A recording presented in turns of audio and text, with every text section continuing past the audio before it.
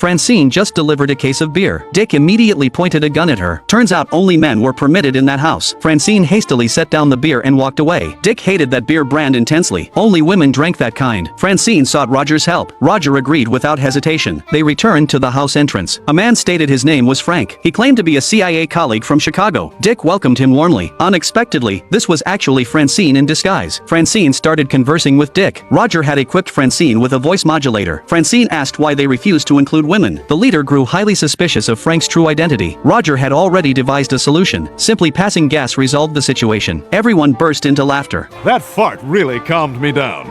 Back home, Francine converted the dining table into a ping-pong table. Stan appeared startled at the sight. Francine offered Stan a beer. Stan found it utterly perplexing. What's going on here is shots! Shots! Shots! Shots! Shots! Shots! Shots! Shots! Shots! Shots! Shots! Shots! Shots! Shots! Shots! Shots! Everybody! Shot! Shot! Shot! Shot! Shot! Shots! Stan insisted he only wanted dinner. He then left directly. Francine wondered why Stan only wanted to socialize with men. Roger explained Francine wasn't his best friend. Francine understood. She would use Frank's identity to become Stan's best friend. Then she would reveal everything to Stan. Stan would then associate his best friend with Francine. Roger openly praised the plan as brilliant. Frank subsequently joined Stan in the bathtub. The leader attempted to join them. Francine stole the spotlight instead. The leader grew furious with Frank. Frank stood up and discovered water leaking out, followed by continuous flatulence. It simply wouldn't stop until Frank slapped his own backside. Everyone idolized Frank after that. The leader doubted Frank's identity. He phoned the CIA in Chicago. The real Frank was unexpectedly still in Chicago. The leader immediately summoned Stan. He bluntly stated the real Frank remained in Chicago. The current one might be a criminal. He ordered Stan to eliminate this Frank. Stan took Frank to buy beer. He drove the car into the woods. Stan declared he knew Frank's true identity. Frank assumed Stan knew he was Francine. He asked Stan for his thoughts. Stan promptly drew a pistol. He then knocked Frank unconscious. Frank awoke to find himself bound. He accused Stan of trying to kill his wife. Stan became enraged. He believed Frank had harmed Francine. He smashed the voice modulator with one blow. Frank could no longer speak. Stan called Francine's phone. The ringtone sounded from Frank's pocket. Stan grew furious. He concluded Francine had been killed by Frank. He vowed to avenge Francine. He commenced relentless attacks. A kick dislodged a string of sausages. Stan decided to finish him with the sausages. He proceeded to kick and beat him repeatedly. Finally, he drew a knife to execute Frank. Cutting open the disguise revealed Francine's hair. He ultimately discovered Francine was Frank. Stan couldn't grasp why Francine did this. Francine explained she merely wanted Stan to play with her. Stan felt deeply moved. They embraced tightly. Someone suddenly barged in. The person assumed Stan was committing domestic violence. Stan insisted Francine remained unharmed. She doesn't look fine.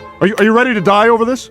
Seriously? Steve and Snowden died. Their mothers, wanting to save them, followed Roger to hell. They found Satan. Satan asked what they wanted. Francine said they were looking for their sons. Satan said they were with the worst people. This level was reserved for stand-up comedy lovers. Only one performer was on stage. He performed alone forever. They found Steve and Snowden, then embraced tightly. But Steve and Snowden didn't want to leave, because no one here stopped them from being friends. Francine apologized for trying to keep them apart. Snowden's mother also apologized. Then they decided to go home. Satan stopped them unexpectedly. He said souls returning to reality required a trade. He then took Francine and Snowden's mother away. Yo, that was sick! They were in a sealed room. Satan accused Francine and the others of causing their children's deaths. If they wanted Steve and the others back, they all had to stay here forever. Francine asked how long. It was forever. They said the children wouldn't want to lose their mothers. Satan would erase all traces of their existence. Francine and the others agreed. A mother's love is truly great. Steve and the others suddenly reappeared in reality, but they had forgotten their mothers. Then they played together as before. They got married together. Their wedding was held jointly. Then they walked out holding hands. Even in middle age with children, they remained best friends. Stan awoke in bed. He saw text about Francine on his body.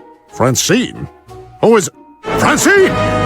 Francine sent the principal directly to stop Steve and Snowden from becoming friends. Steve and the others had to hide to talk. The principal had no intention of letting them go. They were forced to escape to the library. Unexpectedly, the principal was already inside. They had no choice but to go to the rooftop. The principal suddenly transformed into the superhero Falcon. He immediately captured Steve. They could only hide in the restroom. The principal emerged directly from a toilet. He then took Steve away. Snowden missed Steve at home. Steve unexpectedly appeared outside Snowden's window. The principal was still there. They ran away immediately. The principal chased them by car. They hid in a narrow alley. The principal ordered Billy to block one end. He went to flank them from the other side. Steve thought they had lost the principal. Billy suddenly spotted them. Billy decided to let Steve go. He also had something he loved but couldn't obtain. He took out a photo of his beloved. Steve and the others awkwardly said it looked nice. Billy told them to leave. He needed them to make the principal believe he'd been overpowered. I know violence isn't in your nature, but eat knuckles, freak! They escaped the alley. Roger signaled to them from afar. After entering Roger's place, Roger said he could solve their problem. The solution was to fake their deaths. After their deaths, their mothers would blame themselves. They would then wake up at their own funeral. Steve decided to try the plan. Roger was unsure if one bottle contained the real potion. They went to Snowden's room. They drank the potion directly. Snowden's mother discovered them. Everyone attended Steve and the others' funeral. They were sealed inside a large coffin. Francine and Snowden's mother both felt intense guilt. Roger suddenly declared they might still have a chance. The coffin remained completely still. Roger had grabbed the wrong potion. He then began ranting incoherently on stage.